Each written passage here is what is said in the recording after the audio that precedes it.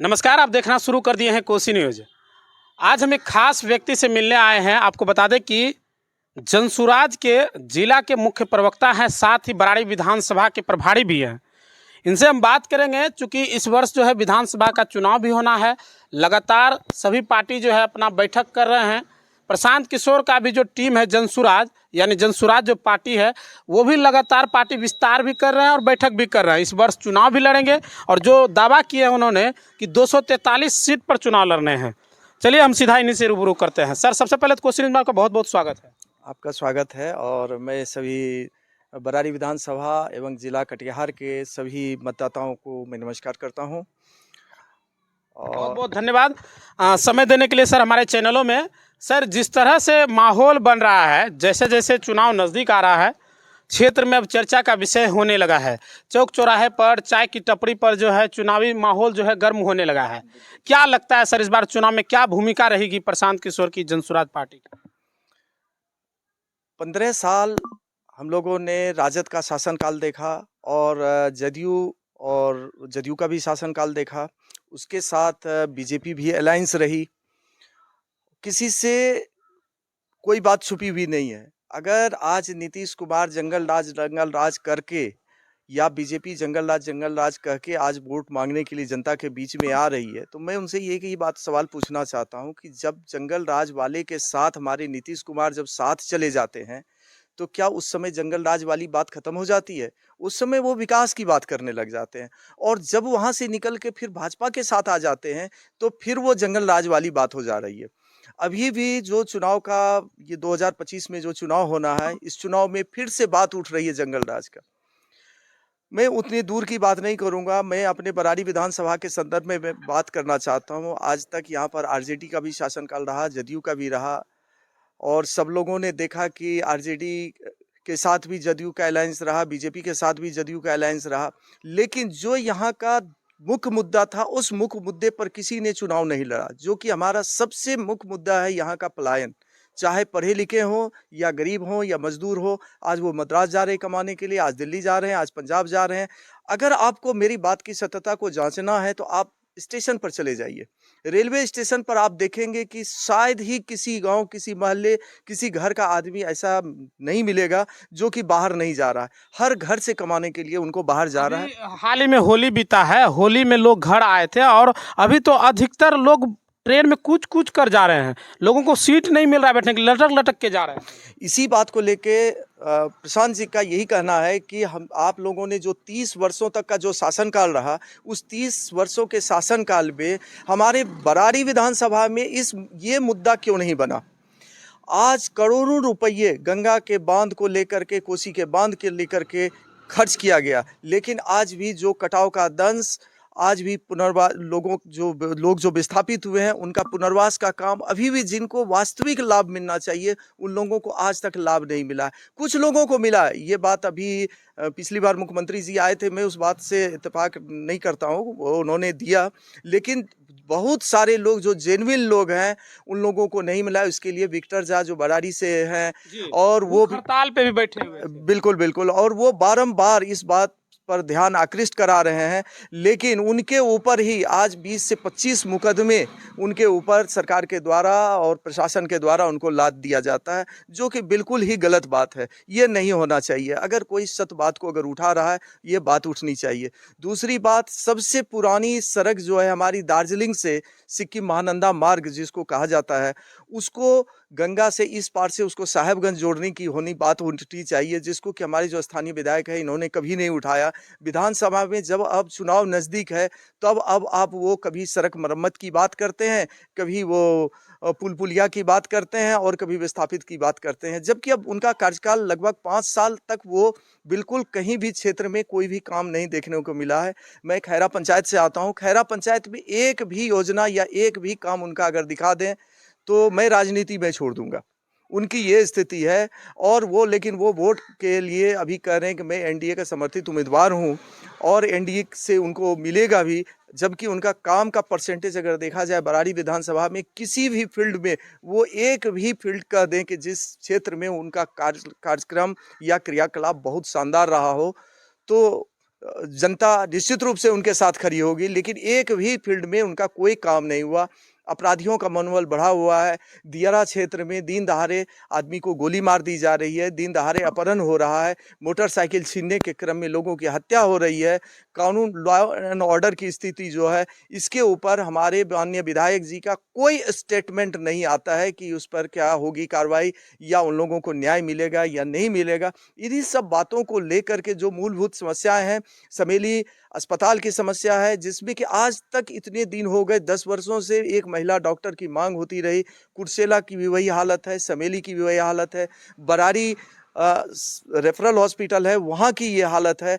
अस्पताल बिल्कुल सिर्फ और सिर्फ रेफर करने वाला अस्पताल बन गया है, रह गया है, जबकि यहाँ से जो NH-31 है, उस पर आए दिन दुर्घटना होती है और इलाज के अभाव में बहुत सारे आदमी दम तोड़ रहे हैं। नशा का यहाँ पर खुलेआम व्यापार हो रहा है, लेकिन इस पर इनकी तरफ से अवैध जो भी गतिविधि हो रही है, उस पर इनका एक भी स्टेटमेंट, एक भी वक्तव्य नहीं आ रहा है, जो कि बहुत दुर्भाग्यपूर्ण है। इन्हीं सब बातों को लेके हमारे जो जनसुराज में से जिनको भी उम्मीदवार बनाया जाएगा, उनके साथ हम लोग खड़े हैं और उनके साथ चलने के लिए हम लोग तैयार हैं। और हम लोग किसी जाति, किसी वर्ग या किसी धर्म का प्रतिनिधित्व नहीं करते हैं, बल्कि हम लोग सबको साथ लेकर के सबके साथ विकास करने की बात करते हैं, और उसको लेकर के हम लोग जनसुराज को लेकर के आए हैं। और आप लोग भी जनसुराज से जुड़िए, यही हम कोसी न्यूज़ के माध्यम से मैं कहना चाहूँगा। प्रशांत किशोर जो है, इस बार जब भी जहाँ पदयात्रा में जा रहे हैं, वो कहते हैं कि इस बार जो वोट कीजिए, आप अपने बच्चों के लिए कीजिए। जो यहाँ से पलायन हो रहा है, उसके लिए क्या कुछ प्लान है प्रशांत किशोर के जनसुराज टीम में, क्या प्लान? देखिए, आज किसी भी स्कूल में आप चले जाइए, किसी भी स्कूल में, आप बरारी की मैं बात करूं या कटिहार जिला की बात करूं, एक स्कूल ऐसा बता दीजिए जो स्कूल की हमारे, जिसको कि हम दिखा सकें कि ये हमारे बिहार का एक मॉडल स्कूल है, जहां के बच्चे बच्चियां पढ़ के अच्छे पद पर जा रहे हैं, अच्छे जगह पर पदस्थापित हो रहे हैं। ऐसा नहीं है। उनका सिर्फ एक ही काम है कि मिड डे मील खिलाना है, वो भी गुणवत्ता युक्त नहीं, बिल्कुल बस सिर्फ उनको जीने भर खाने के लिए दे देना है। और जांच के नाम पर सिर्फ एक खाना पूर्ति हो रही है, जबकि जो बच्चे को सही ढंग से पढ़ाई होनी चाहिए, उनकी सिलेबस अच्छी होनी चाहिए, जो कि विश्व लेवल का उनका पढ़ाई होना चाहिए, जिसमें कि उनको तकनीकी ज्ञान होना चाहिए, तकनीकी जानकारी होना चाहिए। आज अगर चाइना से हम तुलना करें अपने आप को, अपने स्कूल को कोरिया से तुलना करें, जापान के स्कूलों से करें या अमेरिका के स्कूलों से अगर तुलना करें, तो हम बिहार को सबसे नीचे पायदान का जो स्थिति होगा, उस पायदान पर आज हमारा यहाँ का बिहार का, बरारी का, कटिहार जिला का वो पायदान पर खड़ा है। इसके लिए हमें अच्छे स्कूल की ज़रूरत है, अच्छे शिक्षा की ज़रूरत है। इस शिक्षा के लिए प्रशांत जी ने बीड़ा उठाया है कि मैं इसको गुणवत्तापूर्ण शिक्षा, जो कि तकनीक के आधार पर आधारित हो, जिनको कि तकनीकी ज्ञान दे, जो हमारे बच्चे यहाँ से पढ़ के जब आगे जाएं तो वो कहीं दूसरे राज्य में नौकर का काम ना करें, वो वहाँ का बॉस बने, वो यहाँ आके अपना उद्योग धंधा लगा सकें। उसके लिए हम अपने छात्रों को तैयार करें। बहुत कुछ प्लान लेकर, जैसा हम आपका मैनिफेस्टो में हम देखते हैं, जब भी जहाँ जाते हैं आप लोग बैठक करते हैं, वहाँ बताते हैं कि प्लान का हो, चाहे मनरेगा से जुड़ा हो, चाहे ब्याज दर को लेकर को हो। अभी 400 रुपये सबको, गरीब वृद्ध लोग जो हैं उनको 400 रुपये पेंशन दी जाती है। आप सोच लीजिए कि जिस घर में एक बेटा है या 2 बेटा है या 2 बेटे बेटियां हैं, और उस बूढ़े आदमी को अगर 400 रुपये पेंशन दे रहे हैं, तो वो अपने बच्चे का पालन करेगा या अपना भोजन करेगा। और बीमार अगर रह रहा है तो वो दवा का भी खर्च नहीं हो पाता है। इसलिए उसके लिए सबसे पहले बिहार सरकार से और या हमारे जनसुराज दल के तरफ से ये रखा गया है कि हमारी सरकार जैसे ही आएगी, सबसे पहला जो हमारा काम होगा कि वृद्ध लोगों को 2000 रुपये, चाहे वृद्ध हो, चाहे पुरुष हो या महिला हो, उनको 2000 रुपये पेंशन के रूप में राशि दी जाएगी। जिसके बाद और भी दलों ने इस बात को महसूस किया कि नहीं, निश्चित रूप से 2000 रुपये मिलना चाहिए। आरजेडी ने भी कहा कि भाई मैं 1500 रुपये दूंगा, जदयू आरजेडी ने भी कहा कि मैं 1000 रुपये मैं देने के लिए तैयार हूँ। तो यानी जनसुराज ने जो बात उठाई, आज उस बात को इन लोगों ने स्वीकार किया। ये एक तरह से इन लोगों की असफलता को सीधे तौर पर दर्शा रहा है कि ये 400 रुपये नाकाफ़ी है, इसको बढ़ाना चाहिए। और निश्चित रूप से हमारी सरकार आएगी तो निश्चित रूप से हम लोग 2000 रुपये इसको करने का काम करेंगे। मनरेगा को लेकर भी उन्होंने बड़ी बात कही कि जो रोजगार, जैसे लोग सवाल करते हैं कि कैसे रोजगार देंगे बिहार में, तो उन्होंने कई सारे उदाहरण दिए।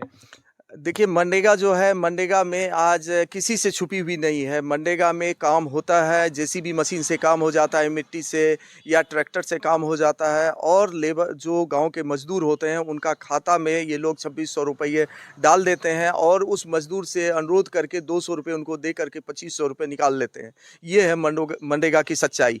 जबकि प्रशांत जी ने इस पर स्पष्ट तौर पर एक बात रखी कि जो भी किसान अपने खेत में अपने मजदूर को रख रहे हैं, उनकी जो मजदूरी है उसको मनरेगा से जोड़ के वो मजदूरी मनरेगा के द्वारा दे दी जाएगी, जिससे किसान को ये लाभ होगा कि उनको मजदूरी नहीं देना पड़ेगा, और मजदूर को ये लाभ होगा कि उन्होंने जो मजदूरी की उनको मनरेगा के तहत वो राशि उनके खाता में सीधे तौर पर चली जाएगी।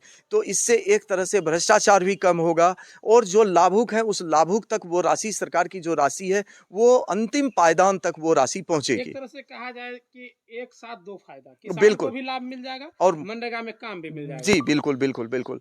तो ये दोनों तरफ से ये फायदा होगा, और मनरेगा में जो लूट मची हुई है, इस लूट पर लगाम लगने का काम होगा। चलिए, बहुत सारे बातें हैं, बात अगर हम करेंगे तो काफ़ी लंबा होता चला जाएगा। कैसा लगा वीडियो कमेंट जरूर कीजिएगा। बहुत बहुत धन्यवाद। अपने घर को दें नई रौनक, लगाएं जॉनसन्स टाइल्स। हमारे यहाँ टाइल्स, मार्बल, ग्रेनाइट एवं CPN सैनिटरी आइटम उचित मूल्य पर उपलब्ध है। विजिट माई शॉप, न्यू मां काली ट्रेडिंग। हमारा पता है नया चौक, कुर्सेला, बैंक ऑफ इंडिया के निकट।